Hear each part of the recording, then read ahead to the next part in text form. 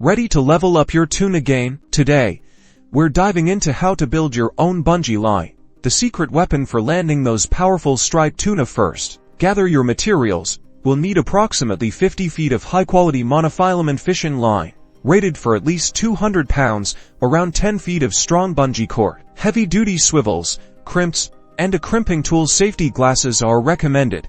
Start by creating a secure loop at one end of your monofilament line using an improved clinch knot. Pass the tag and through the eye of the swivel. Wrap it around the standing line 5 to 7 times, then thread the tag and back through the loop you created near the swivel eye, and then through the larger loop you just made. Moisten the knot and tighten it down firmly. Trim the excess tag and now attach your bungee cord to the swivel. Using a crimp sleeve, thread the end of the bungee cord through the swivel eye. Create a loop and overlap the cord ends inside the crimp sleeve. Position the crimp sleeve securely with your crimping tool and crimp down firmly. Test the connection by pulling on both ends to ensure it's secure. Repeat the process on the other end of the bungee cord, attaching another swivel. Next, attach the remaining swivel connected to the bungee cord to the other end of your monofilament line.